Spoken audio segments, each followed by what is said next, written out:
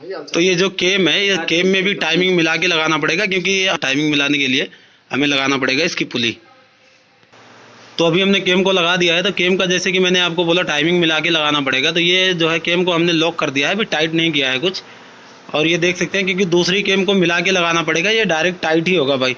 ऐसा नहीं है कि एक केम लगा लेंगे और ये कैप वाला सिस्टम होता तो वो आसान हो जाता। तो इसको हमें अभी मिला के लगाना है। तो ये देख सकते हैं इधर दूसरी साइड में दूसरी केम का। तो इधर की साइड में देखेंगे तो यहाँ पे मार्का तो दिया हुआ है, लेकिन मार्का आपको नहीं देखना है। तो यहाँ पे ये चीज़ देख सकते हैं, जैसे बोल्ट का जो सेंटर है ना ये, और ये दूसरी साइड में भी देख ले, ये वाला कट बिल्कुल ऐसे होना चाहिए दोनों का। जैसे ये इधर है और ये इधर है बोल्ट के सामने। और यहाँ से आप देखेंगे तो इसका जो प्लेट है ये कट है, इसमें दिख रहा है दूसरी वाली केम में इसमें। क्योंकि ये वाली केम तो हमारी उधर की साइड से लॉक है, लेकिन ये वाली नहीं लॉक, कहीं लॉक करने का चांस नहीं है। तो इसको आपको यहाँ से देखना है, इस तरीके से ये लेवल में बिल्कुल प्लेन होना चाहिए। तो ये हो गया है। अभी इस पर बॉन्ड लगा के इसको टाइट कर देंगे बस। हेड की केम की टाइमिंग यहाँ पे लॉक हो जाएगी। तो ये इसी गाड़ी का हेड का वाल है, ये हमने इससे ही लॉक कर दिया है। अब दूसरी साइड में देखेंगे तो जैसे कि मैंने पहले आपको यहाँ पे ब्लेड रख के दिखाया था, तो सेम ऐसे ही बिल्कुल सेंटर में होना चाहिए। तो ये ओके है, ये इस तरीके से लगा देंगे। ये बिल्कुल फिक्स वाल है इसका, ये हो गया लॉक, ना प्ले नहीं होनी चाहिए इसके अंदर बिल्कुल ही। केम के बाद डीजल पंप को लॉक कर लेंगे। तो डीजल पंप का ये देख सकते हैं, यहाँ पे ये होल दिख रहा है, इसमें लॉक हो जाएगा। और इसको पंप को घुमा के ये यहाँ पे ये लॉक हो जाएगा।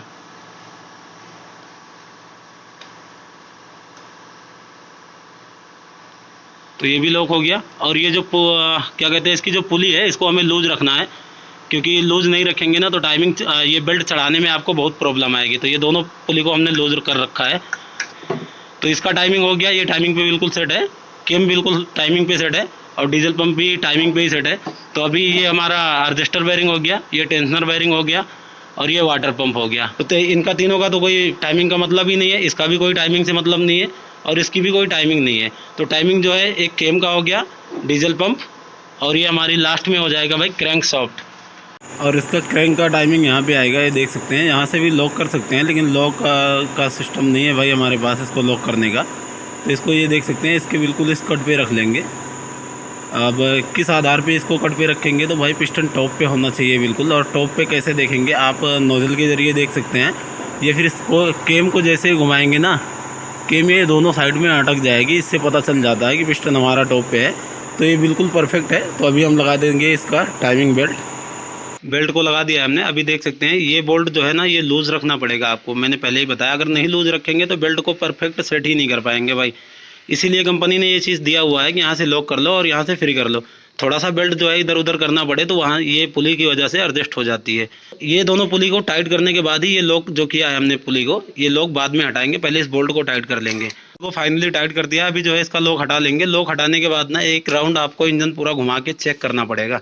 चेक करना पड़ेगा, कोई बड़ी बात नहीं है भाई, लेकिन ज़रूरी होता है चेक करना। पकड़ेगा ये ऐसे में है ना। हाँ,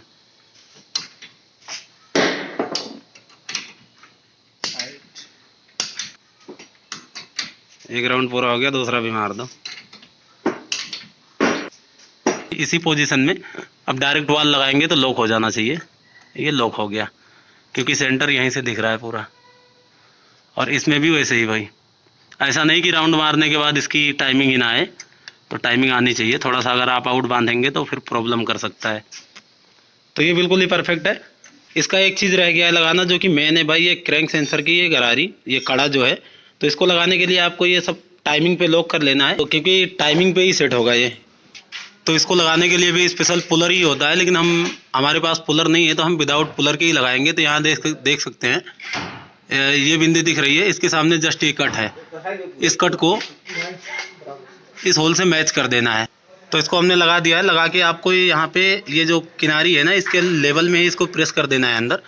और यहाँ पे देखेंगे तो ये कट जो है ये बिल्कुल सेंटर में है, ये देख सकते हैं। तो ये बिल्कुल ओके है।